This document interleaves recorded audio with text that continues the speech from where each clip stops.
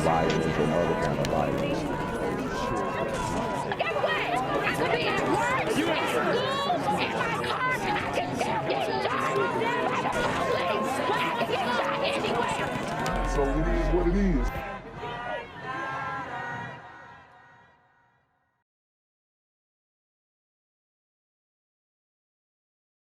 What's good, YouTube? It's a Black Gen Z Mindset. Make sure you go ahead and like, comment, share, subscribe. And let's get into the video. As new Mayor Andre Dickens also speaking during the breakfast and announcing a new police precinct opening in Buckhead. The surging crime rate has been one of the biggest issues, spurring people in Buckhead to make a push to form their own city. So Andre Dickens is going to put a precinct in Buckhead.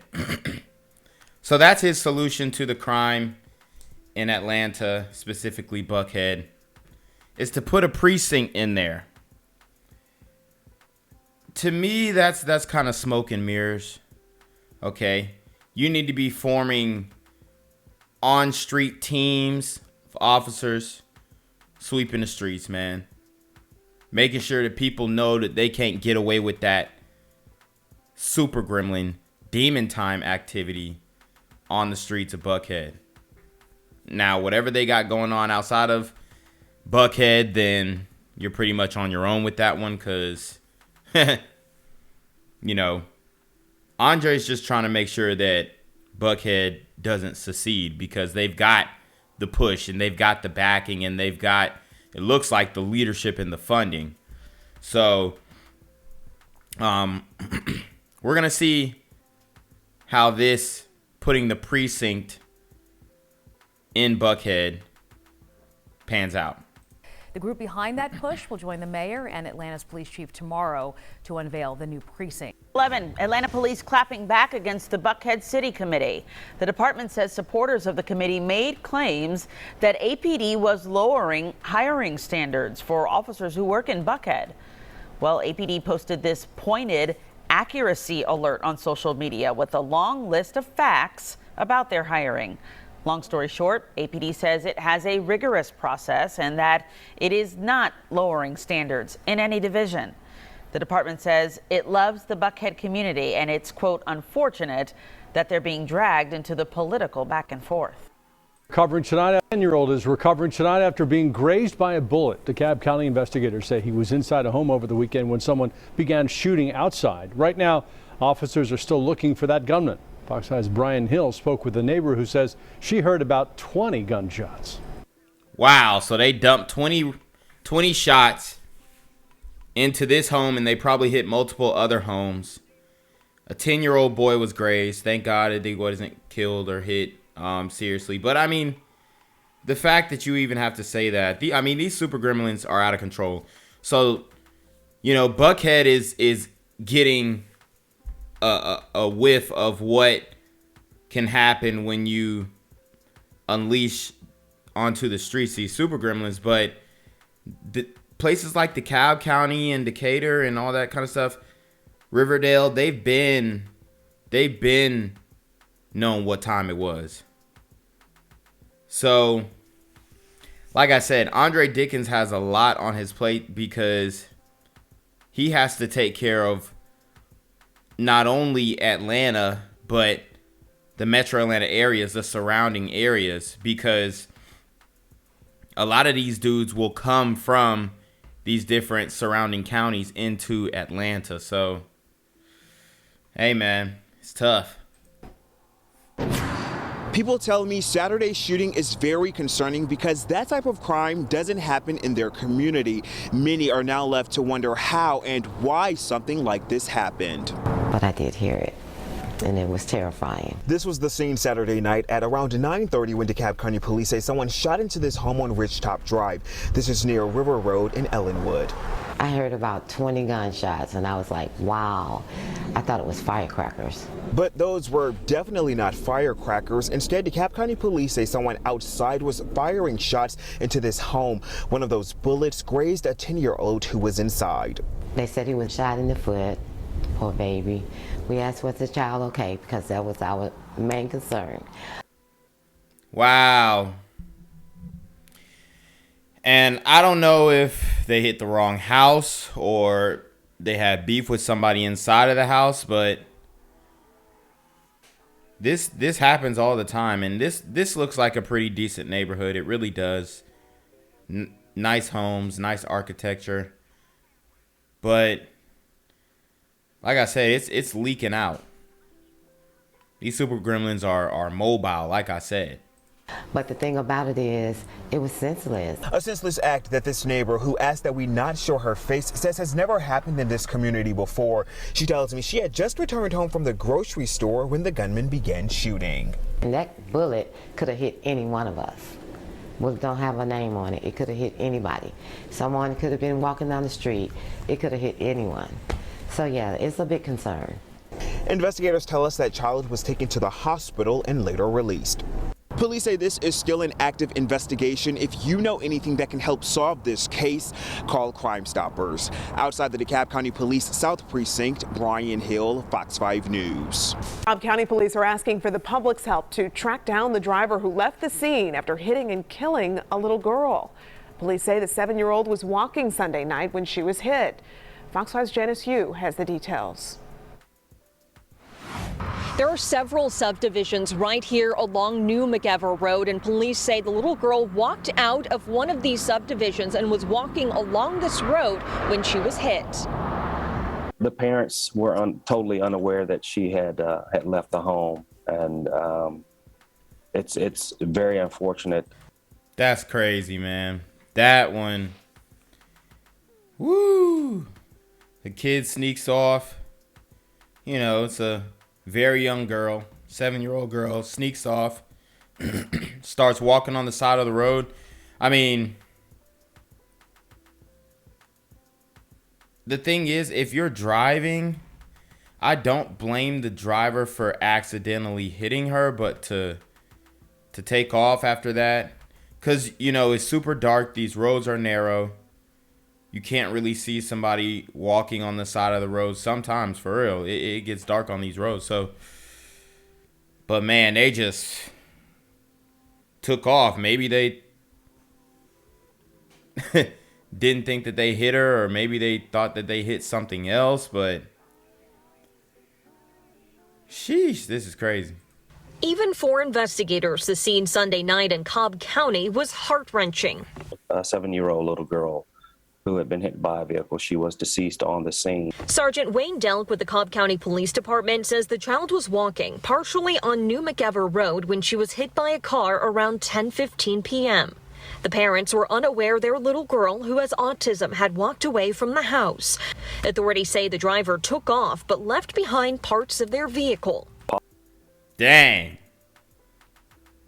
So he left behind all types of evidence.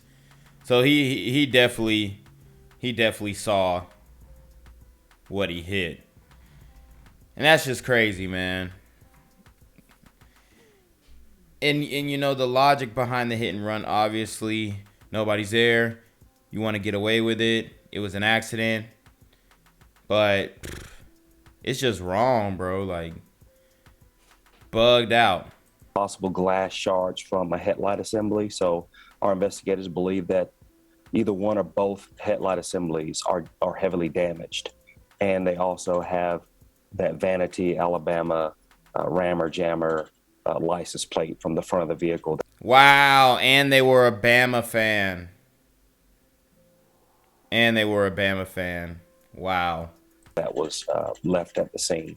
Sergeant Delk says investigators are doing their part to track down the driver, but he says the public's help is critical. He says he's thankful the posts on social media are being shared to spread the word and hopes anyone with any piece of information will reach out to police.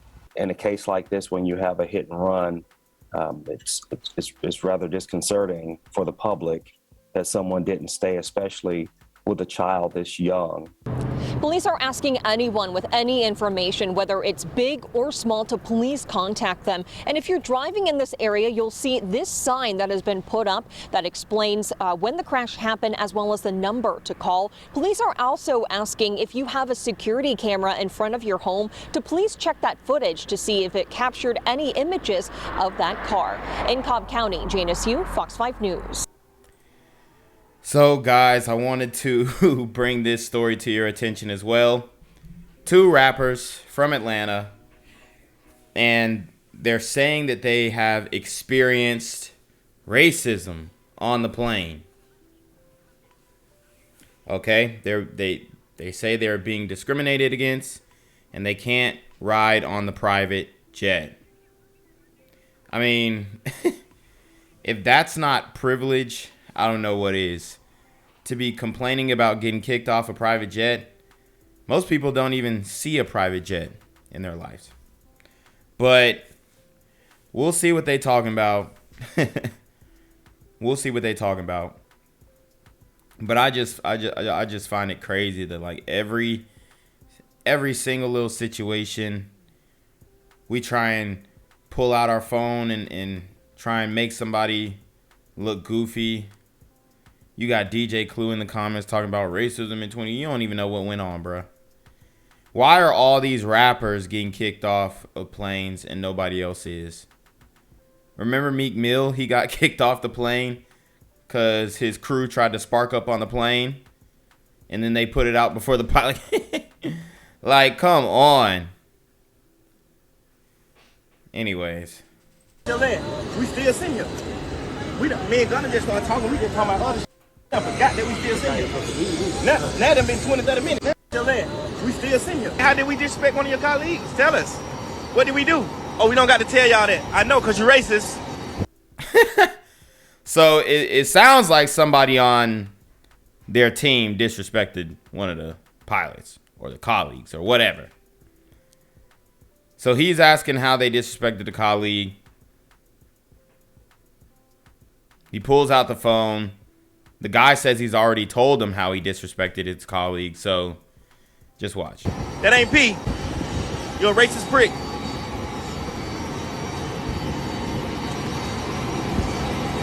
Look, my fans told you you're not P. My fan, he said, Alex, you're not P. You ain't P, Alex. Bruh.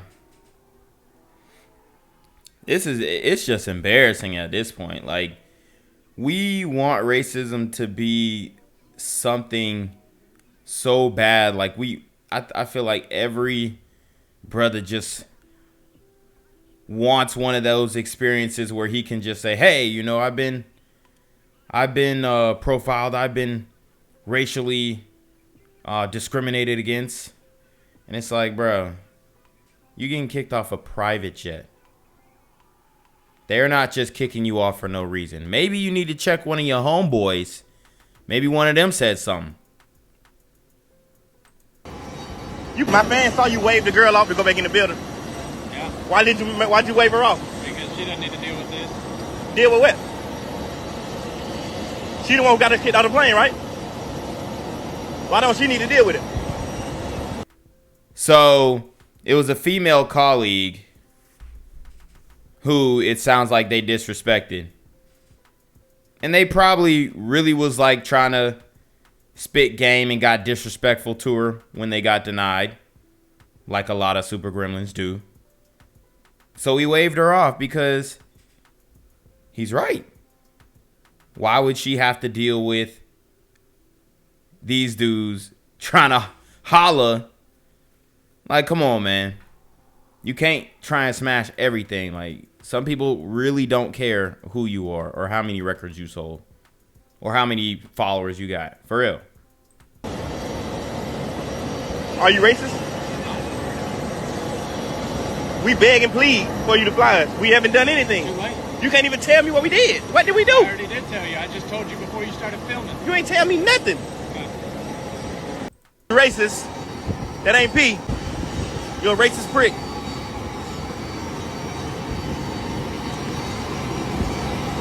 Look, my fans told you you're not P. My fan, he said, Alex, you're not P. You ain't P, Alex. My fans saw you wave the girl off to go back in the building.